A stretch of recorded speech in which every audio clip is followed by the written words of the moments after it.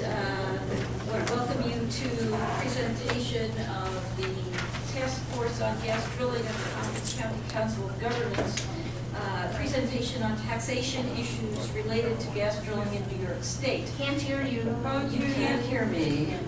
Just put the mouse right in your mouth.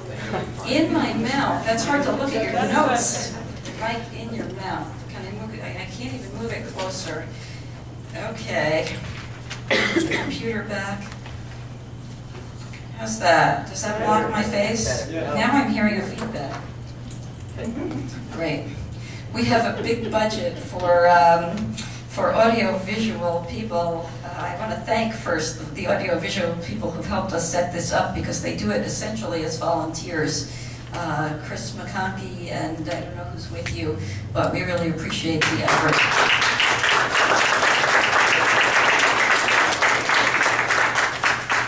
Okay. If you want more information about this or any of the things that we talk about today, and we'll give you the email, the URL at the end as well. That URL is at the bottom of that page. It's tinyurl.com/gas assessment will get you to our white paper on taxation and other information. You can also get there by going to the Tompkins County Legislature site, looking for the Council of Governments, and linking through. I am Carol Chalk. I am on the Tompkins County Legislature, where I chair our Facilities and Infrastructure Committee. We oversee roads, bridges, facilities, airport, solid waste, and I am former chair of the county's Planning, Development, and Environmental Quality Committee, where I looked at water and tourism issues as well as we were starting this research that I'm going to present. I was also one of our liaisons to the Tompkins County Council of Governments, and as you know, they formed a gas drilling task force where I chair the Assessment and Land Valuation Subcommittee work group. We use that interchangeably on that group. For 25 years before that, I had experience in public and private sector looking at project and budget development. How do you look at costs that you expect, and how do you look at the revenues you're expecting to come in, and how do they match or not? Don Barber, who we're going to sort of go back and forth between the two of us, is an elected official in the town of Caroline. He has many more years on me in the public sector, supervisor since What did I do? Escape. He's been supervisor since 1997, a board member for 18 years, and for the Council of Governments, he is the former chair and co-chair. He also is very active in the New York State Association of Towns, where he is on their executive committee. In our audience here in the front, Jay Franklin is the director of the Tompkins County Assessment Department, and Al Fiorella, I'm going to botch your title, is one of our top assessors in that department, and they will be available to answer questions and pipe up as well. And I want to also credit the work that I'm presenting. We had just this incredible committee of assessors, public assessors, private appraisers, bankers, lenders, former and current lenders, people in the lending world, municipal officials, landowners, realtors, real estate attorneys, and concerned citizens who have worked on all of the issues that we've taken up. And all I do is come up here and shoot my mouth off, but they're responsible for a lot of the work. Over a year ago, I agreed to chair this work group, which evolved into a subcommittee, to work with the County Assessment Department. Tompkins County, here I'll stay back on me, Tompkins County has a full county assessment approach. Most of the state conducts assessment in each separate town, And ours is a centrally run professional office that is recognized around the state as setting a very high standard for keeping assessment extremely equitable. We look every year at properties across the board and on a rotating basis at individual properties to make sure that as you get your assessed value for your property, that we are doing it in a fair and equitable manner that is adjusted according to market forces. And I thought it was important for us in particular to look at the potential effect of gas drilling when and if New York State approves this new type of drilling. Were we prepared to track and tax how property values might change and how is gas production taxed? That we get a handle on that. This is important for individuals. If your property value goes down because there's drilling on your neighbor's land, are we prepared to know quickly and reflect that in your assessment? Similarly, if land speculators come in and drive prices way up, property values up, and that's before you get any royalty checks, but for the property value itself, which may operate in different ways that we'll talk about, will we know to assign those properties a higher assessment? For municipalities and municipal officials in the audience, as we budget, what do we need to know about expenditures and expected revenues? That's what we do. That's the most important part of what we do. As a committee, we weren't surprised to find out that we didn't have the full information. I knew going in that we need a new field in the county database even to track where there are leases. That information is kept in the county clerk's office and all the fields are used up. And frankly, I expected this to be a pretty easy committee. I would come in, I would find out that we need a new database, I don't know, $40,000, $60,000, and we would come to the legislature and I would have done my job. We were surprised to find out that that wasn't the only thing we didn't have. We were surprised to find out the extent. We found that our public assessors are not able to find the full information that they need to make sure they both have the production value and the assessment value for properties and where there are leases. We found that the problems that our public assessors were having are also prevalent in the private market, and we found that New York State was using a system designed in 1978 for tax production. So we decided to engage in a process that was more extensive than what we had originally envisioned. We went back to the basics, examined the existing laws and the process. And the operative part of the environmental conservation law, which you can read up there, it's Article 23, Section 0303, makes very clear that the provision of other parts of environmental conservation law about what happens or doesn't happen with gas drilling, both current and future potential gas drilling. The provision of this article shall supersede all local laws or ordinances relating to the regulation of the oil, gas, and solution mining industries, but shall not supersede local government jurisdiction over local roads or the rights of local governments under the real property tax law. So some of you know that Tompkins County has engaged in a long process since then to write a road use preservation law, and then we were looking at how does this work in terms of our taxes that we will still be responsible for. So this committee of distinguished people started out thinking we had a simple question, and we ended up concentrating, at least so far, in 4 major areas that we divided into 5 here, most of which I'm not going to talk about today, and we've talked about other places. I will just mention them. The gas leases affect the ability to mortgage property, and there are forces that play out for individuals, for the lending institutions, and maybe for the secondary market, mortgage market that we hadn't quite understood. That lease information is unavailable. New York State doesn't require the same thing that some other states require. When leases are signed, that you go right to the clerk's office and make sure that information is thorough and complete in a timely fashion. And so we've been looking at that and what could be done about that. We looked at the ways that cumulative impact. There are wells now in New York State, there are vertical wells. Why haven't these issues come up in the past? And we found that a lot of the question is that ramping up in the way that this activity is proposed is going to affect, in a way that it didn't before, individuals, banks, markets, and governments. And then the part that we're going to concentrate on today has to do with the ways in which we measure and tax gas production and the time lag involved between the expenditure, our need to expend funds, and any cost recovery to any of us.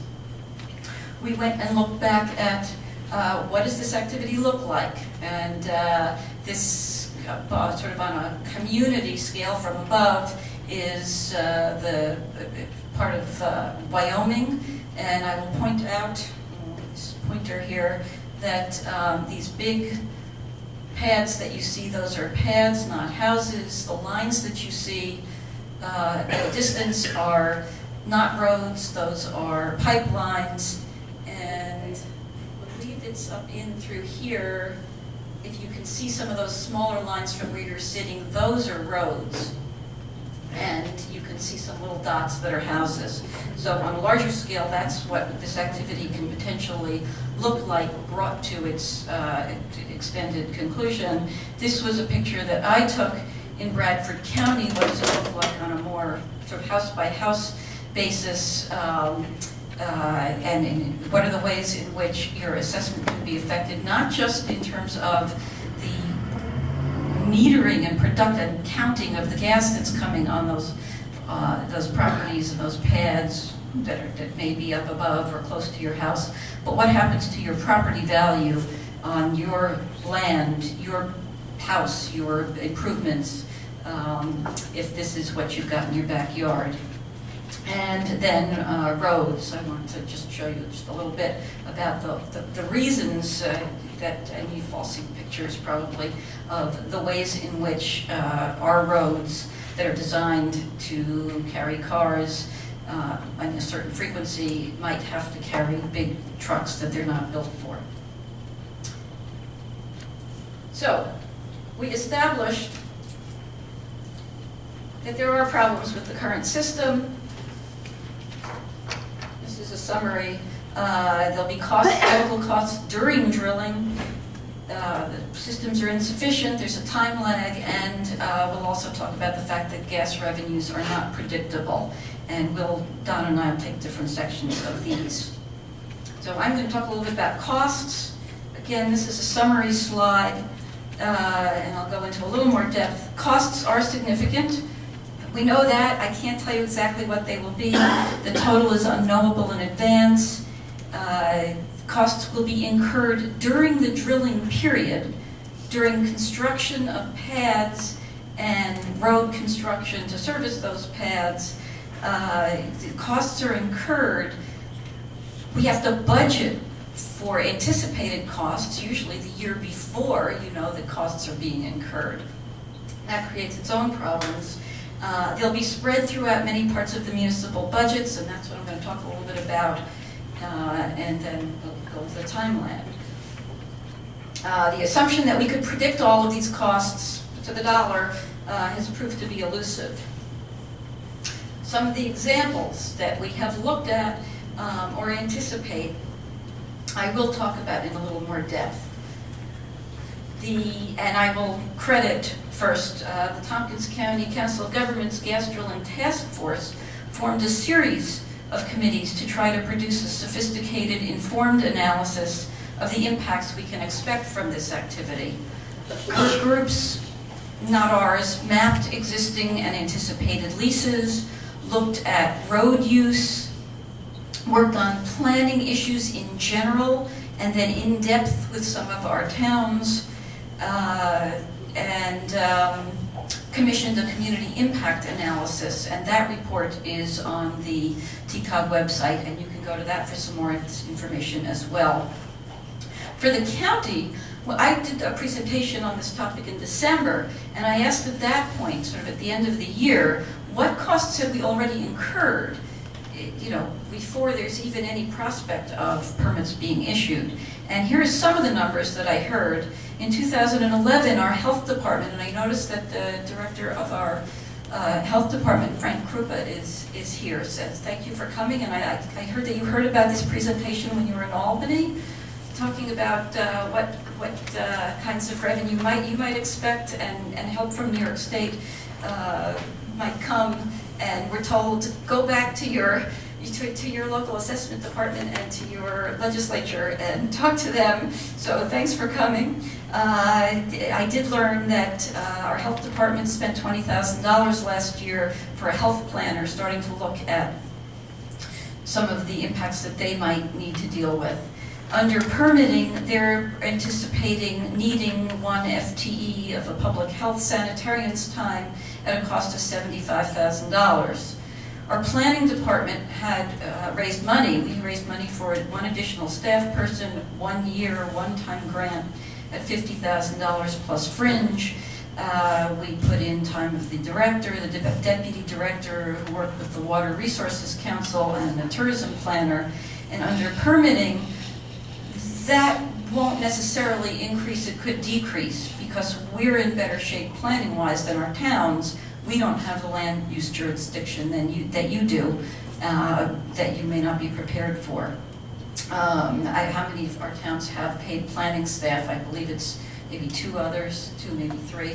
Highways, and I'll talk a little more about this in a minute, but so far in 2011, we didn't add up the hours, but the time of our highway director, an engineer, the county attorney, and the county administrator to write our road use law was significant. And then we've just selected a consultant to help us determine the process to implement our road use law that will, again, be fair among all comers.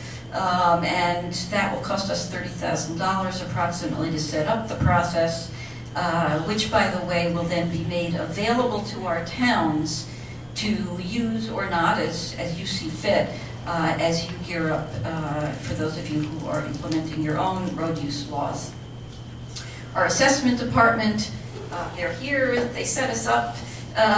They were here a few hours ago setting this up and working with us through this entire process we've been through at every meeting, and haven't charged us for that time other than haven't counted it separately.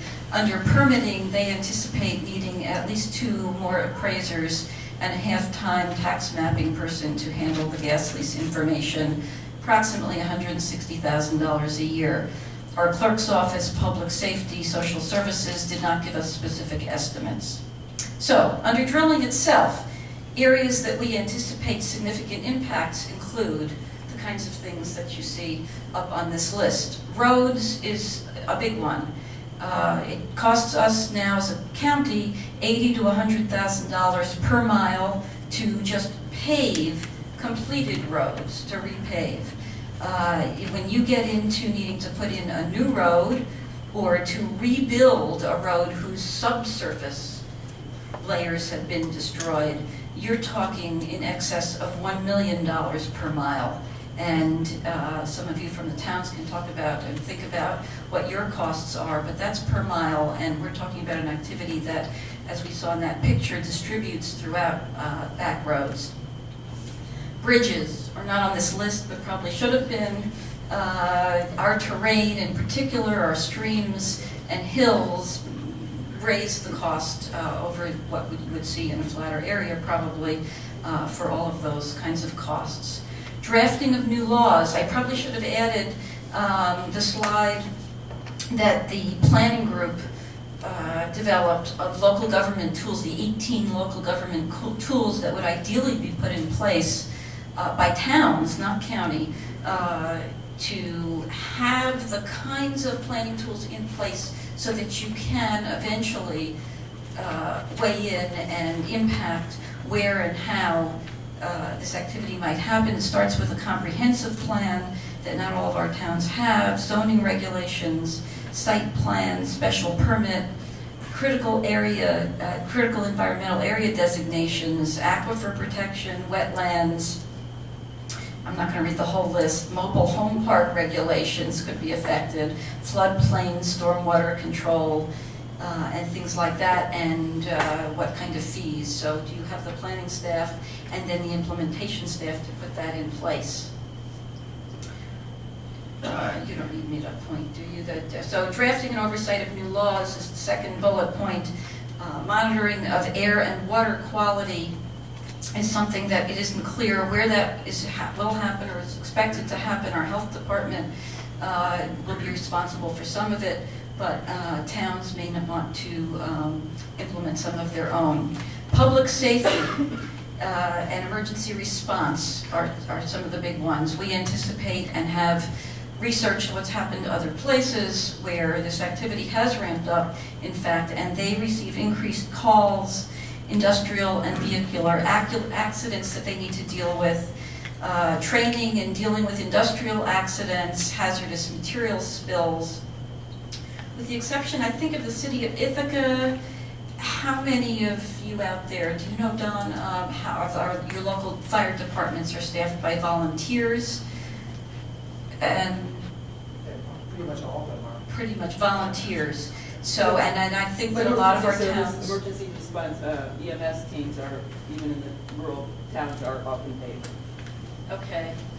So some of you are paid and some of you are volunteer, but I know that there's existing shortages and possibility of transition to paid staff or a greater number of paid staff.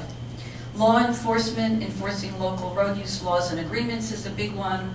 Monitoring use of designated routes, weight requirements. We don't have scales distributed throughout the county to measure the weight of trucks and know whether they're following the road use law that we know we have clear jurisdiction to be implementing.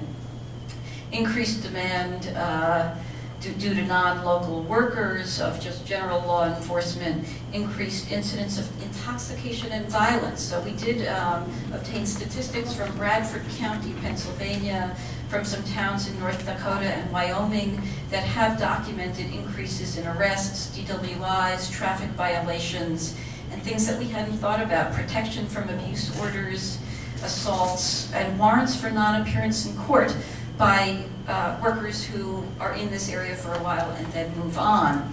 So in Bradford County, in a 2-year period, in 2009, DWIs were at 129. By 2011, they were at 351. DUIs, small town, Towanda, population 3,000, DUIs were at 21, 2 years later at 60. Public health, I mentioned, air quality, water. It's best to have that baseline study. But then there were things we hadn't thought about. The health status of workers. Were people coming to the county current on vaccinations, needing to check that. Health assistance for uninsured workers falls to the jurisdiction of the county. And so that led to the staffing figures that they gave us. Social services. Increased housing demand in our already high rent market. We're finding in other counties and places where there is some drilling already, particularly where rents were high already, can lead to increased homelessness and other strains on families and local social services. I'm almost done with this list. The Soil and Water Conservation District oversight and liaison work between contractors and property owners. I don't know if I'm going in quite the order that's on that list up there. The implementation of local soil erosion laws. And then the TCCOG task force is just beginning to look at pipeline regulation, pipeline implications, and the costs to communities. So we're just beginning to look at that. Anybody who wants to get involved, see Liz Thomas, who chairs that board, is out in the audience. So, faced with knowing that we weren't quite sure where we stood in being ready for this and what the laws and processes allowed us to do, we decided rather than wade into them, we would first figure out, well, what are the principles we'd like to see as we look into this? And we the kinds of things that the committee talked about were that taxpayers shouldn't be responsible for these increased costs. If there's an industry that is going to net profits from this, there ought to be ways, and other states have built-in ways to make sure that some of those costs are covered, and New York State certainly should be counted among them. That we should be covering local as well as state costs. That the cost recovery, we looked, wanted to make sure that we were going to at least investigate the use of all of the tools that we saw out there. And the ones that we found were the use of a severance tax, which distributes the revenues that come in across municipalities that may not, and certainly don't under the current system, net any revenue from New York State's current system, which only collects any revenue other than minor permit fees in those towns in which there is not only active production, active wells, but there's a net production from those wells. If it's dry wells, you see the negative effects we're talking about, but don't necessarily see the income. Permit fees, that those ought to be looked at, and again at local and state levels, and that the ad valorem property tax, ad valorem, added value, is what we tax now from the actual, the units of gas that come out of the well is what New York State taxes now. Each of those kinds of methods of cost recovery cover different kinds of costs. Other states use a combination or all three, and we didn't think that permits should be issued until this was all looked at in a public way. We found, I will say, in the other states, we found a variety of taxes and fees, and the severance taxes in particular, which are collected usually on a state level and then distributed by different states with systems that go everywhere from just putting the income into the state coffers operating budget to dedicating those funds to very specific regions where the impact is felt, not only to the immediate locality, to purposes. In Colorado, they dedicate a bunch of the money to tourism campaign. We think of Colorado as the place to go to ski and go fish and hike in the mountains, not as a place where there are a lot of gas wells, when in fact there are, because they spend money as a state on that from their severance tax. So we found that other states vary their severance tax from the lows down around 3 and 4%. Some are lower, to a whole group that sit around 7 or 8%, to another group at 12 to 13%. Alaska is an outlier at 25%, although we will note that they don't have other property taxes there, so that we didn't use that one. Very few of these are simple tax systems. They use some combination of a minimum amount, usually the first X amount of gas that comes out of the ground that is severed from the ground either is or isn't taxed, and then the amounts go up or down per unit from there as your production numbers go up. We did also find and conclude that the New York State local ad valorem system, which allows collection of revenues in those towns that are most seriously impacted, where there is production, is actually quite elegant in the way it allows local assessors to perform a simple calculation and get it right. So we didn't end up thinking that that ought to be thrown out or significantly changed as a system, as a whole system. On the contrary, we became concerned that New York State will look to replace that system with something that brings dollars to state coffers at the expense of the local level. And that's something we got quite concerned about. We really don't want to see. We want to see a severance tax, but we don't want to see New York State bring money to state levels and do away with the local level tax. And both as soon as New York State Association of Counties heard about that as a possibility, they literally the next day passed a resolution calling on New York State to make sure that didn't happen. So our tax paper findings, I will summarize here, is we should be establishing a severance tax, we should be verifying the measurement of gas, we should be updating what Don will explain is the unit of production value formula, and we should address the delay. I will say a word more here about the measurement of gas. New, accurate, and verifiable methods of measuring shale gas are required, and that's an essential condition of fair taxation. Currently, gas companies install the meters, read the meters, and self-report how much gas they get out of your well to the DEC, who reports it back to the local tax assessor. The brand of meter, we believe, is approved by, I think it's the PSC, Public Service Commission, but nobody else comes back to the property, makes sure there's a meter installed, makes sure it's being read, makes sure it's correct. When you go to the grocery store and buy a pound of meat, we have somebody from our Department of Weights and Measures in the county who has checked that scale to make sure that your pound is a pound. Or you go to the gas pump to fill your car, and that meter goes ka-ching, ka-ching, ka-ching, and you're filling your gas tank. We have somebody, that same person, Don Ellis, has gone there and made sure that the meters are accurate. But New York State doesn't have anybody even slated to come and do that. That needs to be fixed. By the way, the numbers that come out and are self-reported are the same figures that the company uses to pay royalties to the landowner, how much gas has come out of your property, that the public sector uses to calculate the tax, and that the state would then use for a severance tax. So, you know, if we can't measure how much gas has actually come out of the ground and verify that, we can't assure the landowner or the public that we are exercising due oversight.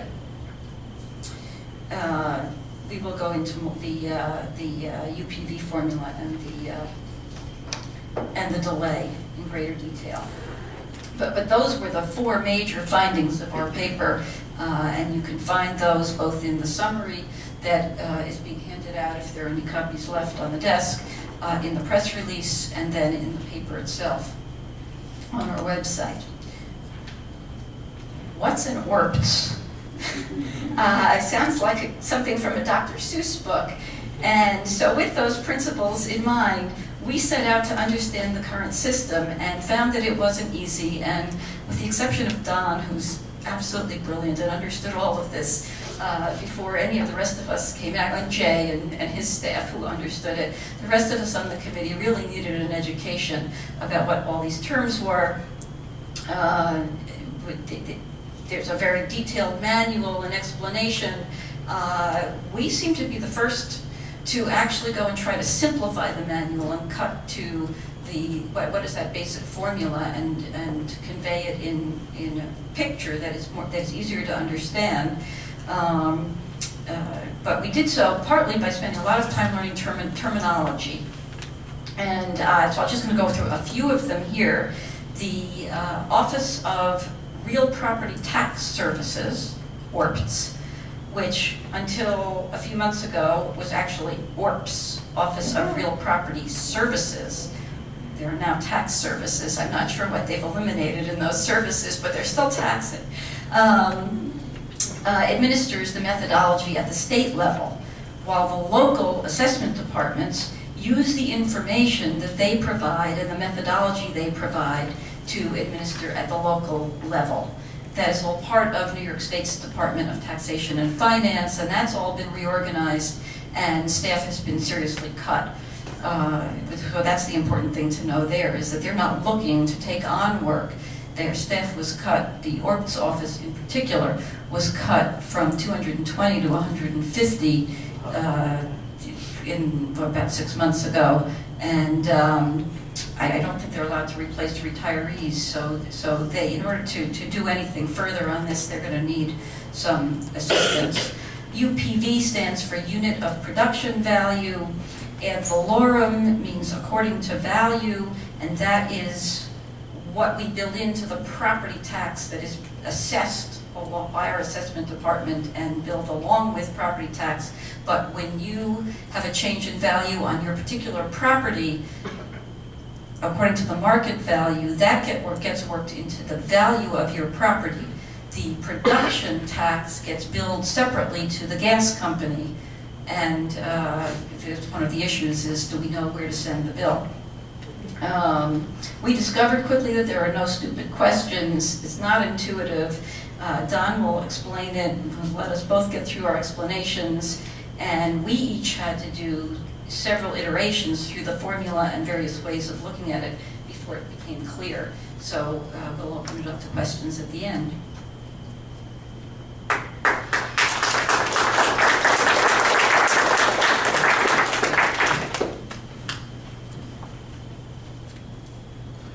So we're going to try the mic. How are we doing there? Is that all right? Can you hear me in the back? Mm-hmm. Okay, I see some arms waving. That's good.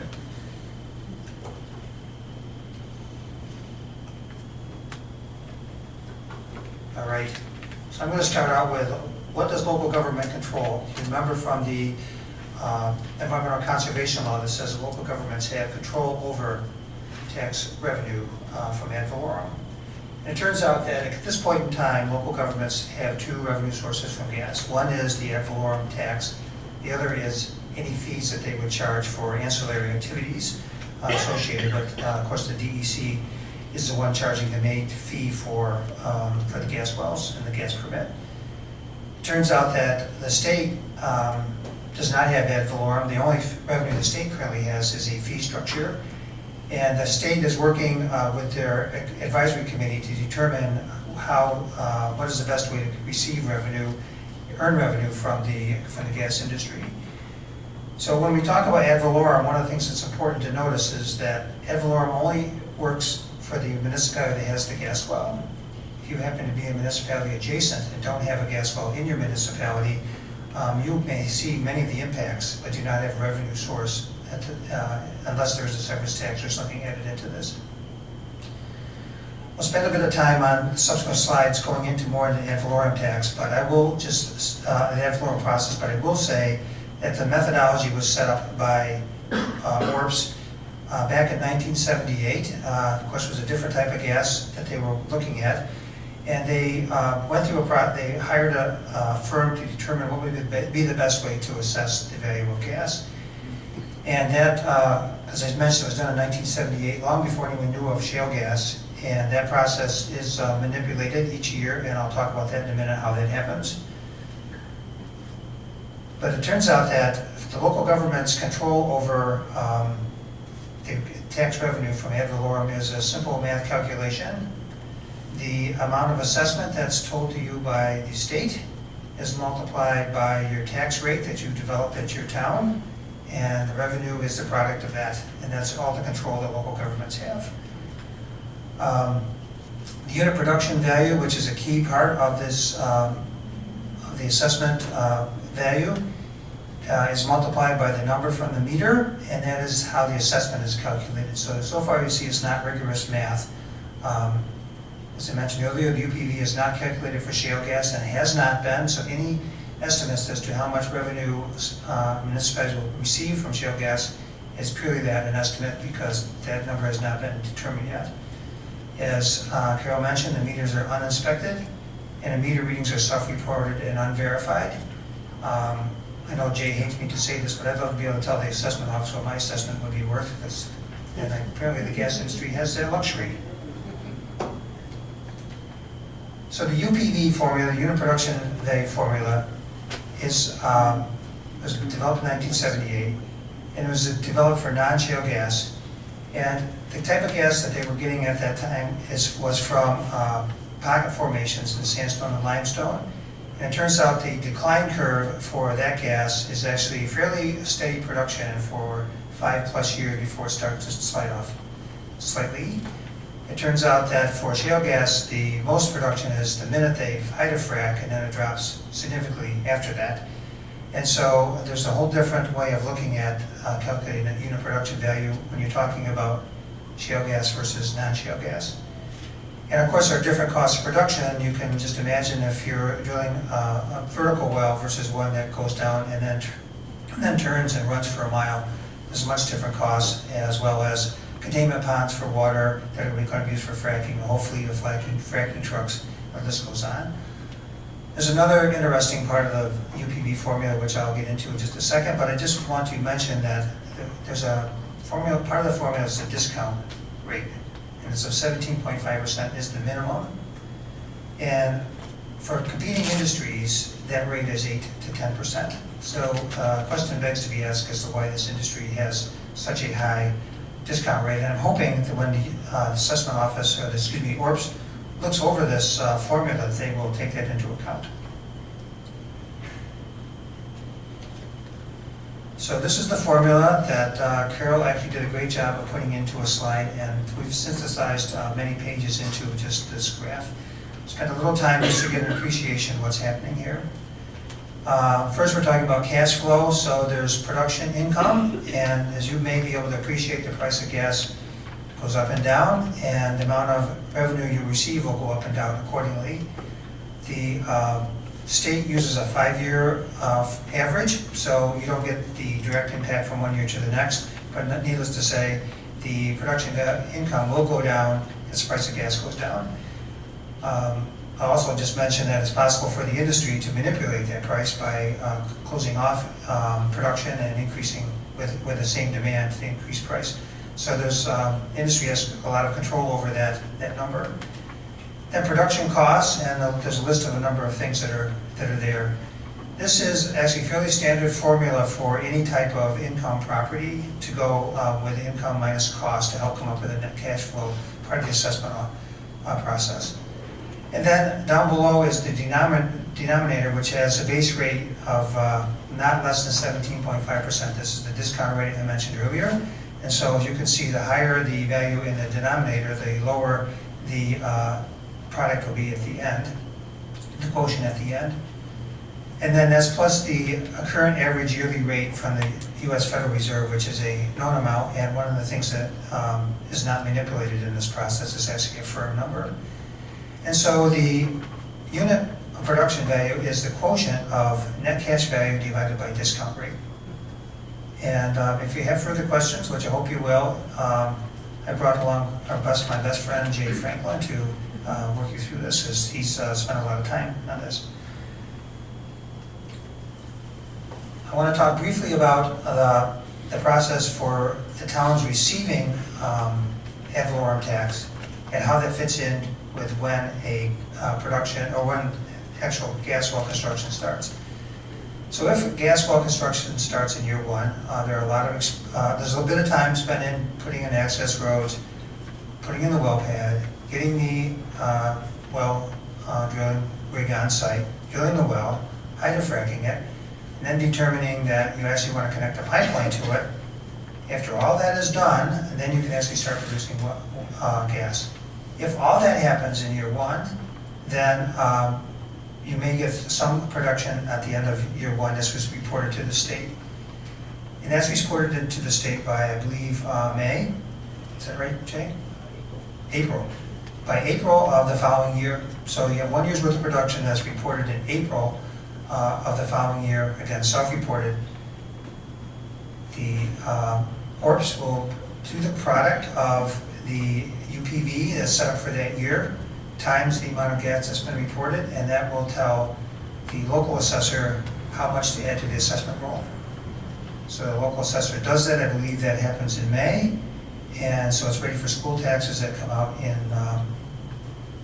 October, and that is so that schools will actually see revenue in year two, but the county and villages and towns will not see any revenue until year three. And that is under the best and most optimistic conditions. You could conceivably understand that a number of gas wells will be drilled to make sure they have enough production ready to be hooked up a gas line before anything starts. So you can have several years of construction in your community long before you ever see any revenue at the local level. This is an important fact that we need to understand as local officials, and the state needs to understand, and why we proposed making some changes like severance taxes and so on later on.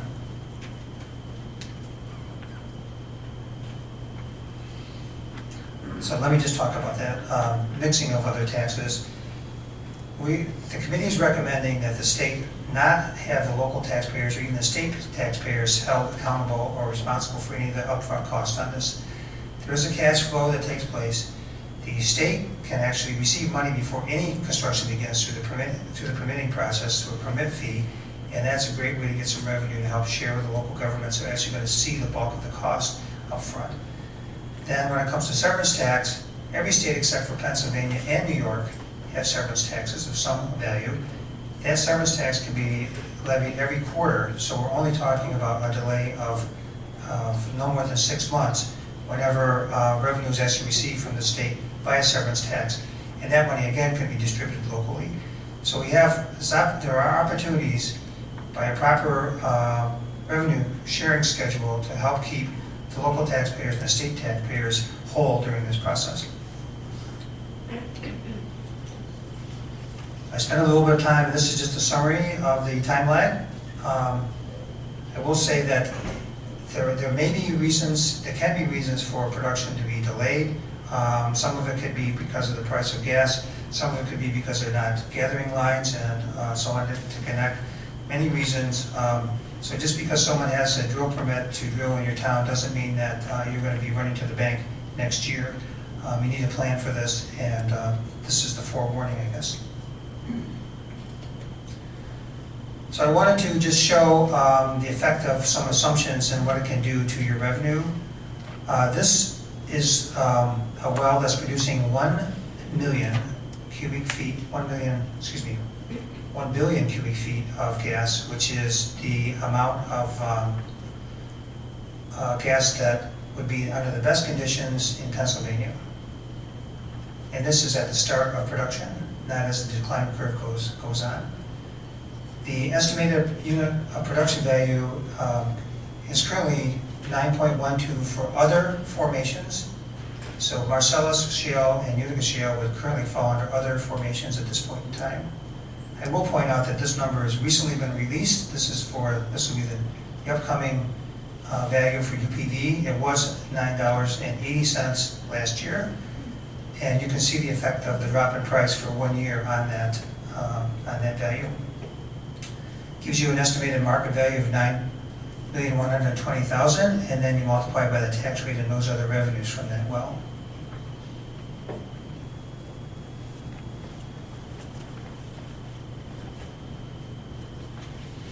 So this is our spreadsheet. Hopefully those are the same numbers that are up there. I will point out that actually there is a bit of information from Pennsylvania, and they are actually running into 600.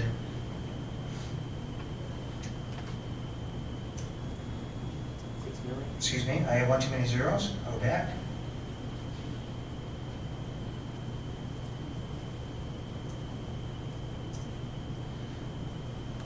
And so this is what we're seeing in Pennsylvania on one year's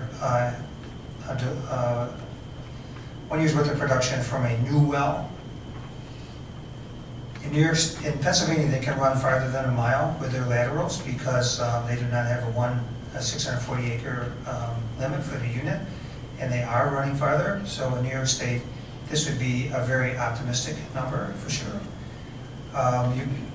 There are a number of assumptions you can make. I'm going to make the assumption that we're going to change this to 2/3 because where the shale is thinner and we're not able to run as far of a lateral. And now you can see how the tax changes with that. It is possible for actually the gas company, as they've done in some neighboring counties. I've been speaking with people from both Tioga and from Shenango County, where because of the price of gas has gone down, they've actually curtailed production, and this number can be much less. And so the take-home I would have for any elected officials that are here is that you shouldn't take this money to the bank. You shouldn't make it operational. You should be looking at this as one-time money and use it for one-time expenses. If you try to build it into your budget, you may be in trouble. I guess I'll just leave it at that. If you were to take, this year we lost roughly 70 cents in the value of the unit production value. If this coming year has the price of gas remaining low because of the number of wells that have been brought online, we would probably lose $1.40 next, so we could change that value to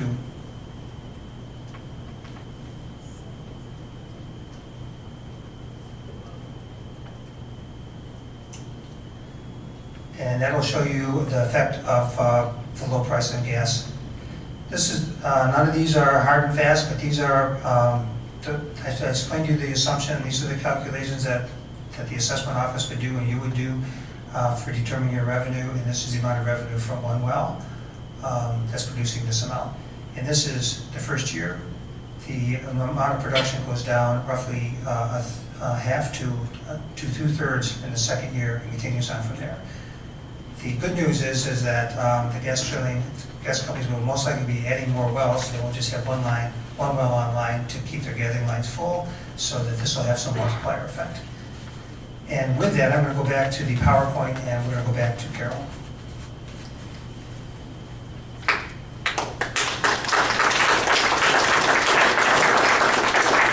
Sorry, I had one last slide. This is real quick.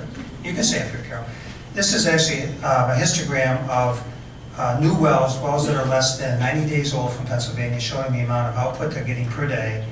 And if we were at 3,000, then we would be, for the full year, we would be at the 1 million that I had at the start. You can see that the 3,000 is roughly the median in here, maybe. So that gives you an idea of that the numbers we put up originally are very are supported by this data. So with that, I think I've mumbled enough. Now we'll go to Carol.